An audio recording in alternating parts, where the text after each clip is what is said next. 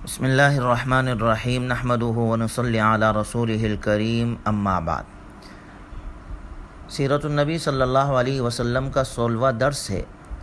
آپ صلی اللہ علیہ وسلم کی عمر مبارک جب 6 سال ہوئی اور آپ کے والدہ کا انتقال ہو گیا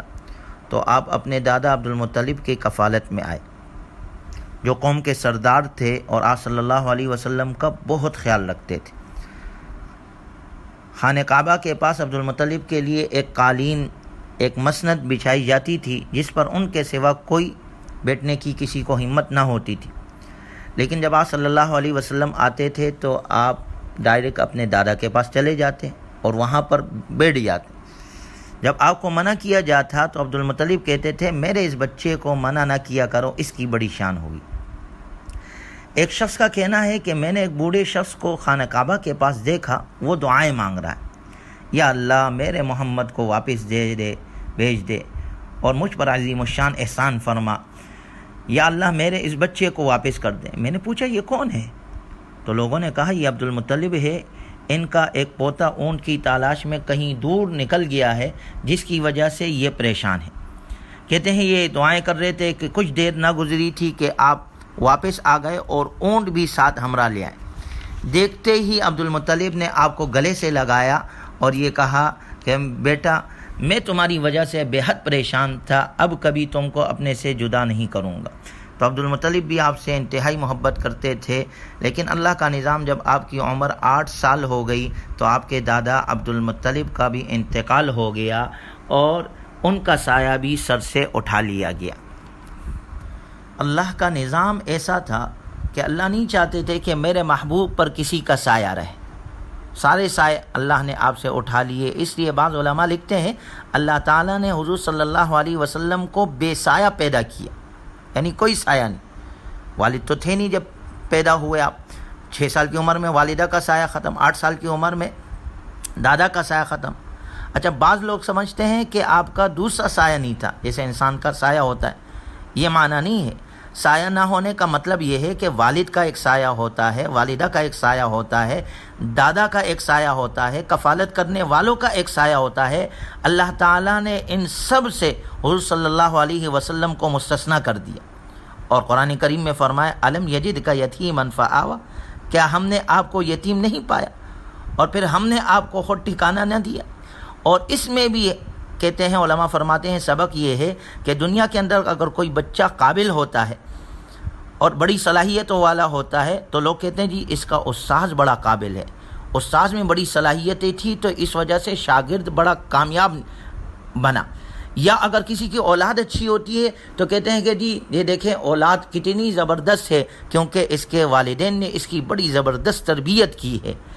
لیکن ہمارے نبی کی شان کہ آپ صلی اللہ علیہ وسلم نے فرمایا ادبنی ربی فاحسن تادیبی، مجھے تو ادب بھی میرے رب نے سکھایا ہے، میرے اللہ نے میرے رب کا انتظام کیا ہے۔ گویا اللہ نے براہ راست آپ کی تربیت کی ہے، براہ راست آپ کو ادب سکھایا ہے اور یہ سارے سائے اللہ نے آپ سے اٹھا لی۔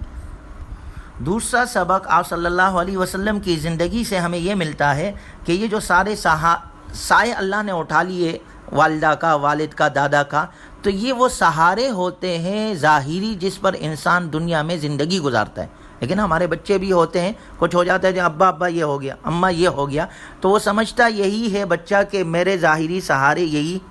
اور انہی کی طرف تکلیف ہے یا کچھ بھی مسئلہ ہو تو ابا کی طرف، دادا کی طرف بچے جاتے ہیں۔ آپ صلی اللہ علیہ وسلم سے اللہ نے بچپن ہی میں یہ سارے سہارے اٹھا لیے، اور وجہ اس کی یہ تھی، علماء فرماتے ہیں چونکہ آگے جا کے اللہ نے آپ کو امام الانبیاء بنانا تھا، خاتم النبیین اللہ نے بنانا تھا، رحمت للعالمین بنا کر انسانیت کے لیے اللہ نے آپ کو رحمت للعالمین بنا کر بھیجنا تھا، اور آپ نے آ کے لوگوں کو یہ تعلیم دی کہ بغیر سہارے کو جینا سیکھو، بغیر سہارے کی زندگی گزارنا سیکھو۔ سہارا تو صرف ایک اللہ کا ہوتا ہے جو اصل سہارا ہے، جو نہ ختم ہونے والا ہے۔ تو یہ سہارے اللہ نے اس لیے اٹھا دیے کہ کوئی آپ پر اعتراض بھی نہ کر سکے کہ جب آگے جا کر آپ تعلیمات دے کہ بغیر سہارے کی زندگی گزارنا سیکھو تو کوئی اعتراض نہ کر سکے کہ خود تو ساری زندگی سہاروں پر زندگی گزارتے ہوئے آئے، اب آ کر ہمیں کہتے ہیں بغیر سہارے کے زندگی گزارو۔ لہٰذا اللہ نے آپ سے بچپن ہی میں سارے سہارے اٹھا لیے اور یہ سبق دیا سہارا صرف ایک اللہ کا ہے، اسی پر اپنی زندگی گزارو، دنیا میں بھی کامیابی ملے گی، آخرت میں بھی کامیابی ملے گی۔ تیسرا سبق ہمیں اس واقعے سے یہ ملتا ہے کہ آپ کے دیکھیں والدین کا سہارا نہ ہونے کے باوجود بھی آپ صلی اللہ علیہ وسلم کی ذات اقدس میں وہ صفات موجود ہے، وہ کمالات موجود ہے جو ساری انسانیت کے لیے اس میں تعلیم ہے، ساری انسانیت کے لیے اس میں رہنمائی موجود ہے۔ لہٰذا آج دنیا میں بہت سے لوگ ملتے ہیں، بہت سے لوگ یہ بھی کہتے ہیں کہ جی ہم بہت بڑا کام کرنا چاہتے ہیں لیکن ہمارا کوئی سہارا ہی نہیں، ہمارے پاس کوئی اسباب ہی نہیں، ہمارے پاس کوئی ٹیم ہی نہیں، اس وجہ سے جی ہم کوئی بڑا کام نہیں کر پاتے۔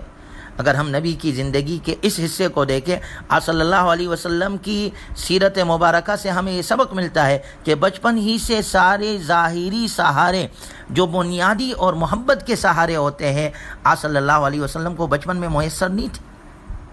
پیدا ہوئے والد نہیں، 6 سال میں والدہ کا انتقال، 8 سال میں دادا کا انتقال، لیکن اس کے باوجود رب ذوالجلال نے پوری انسانیت کے لیے آپ سے کام لینا تھا،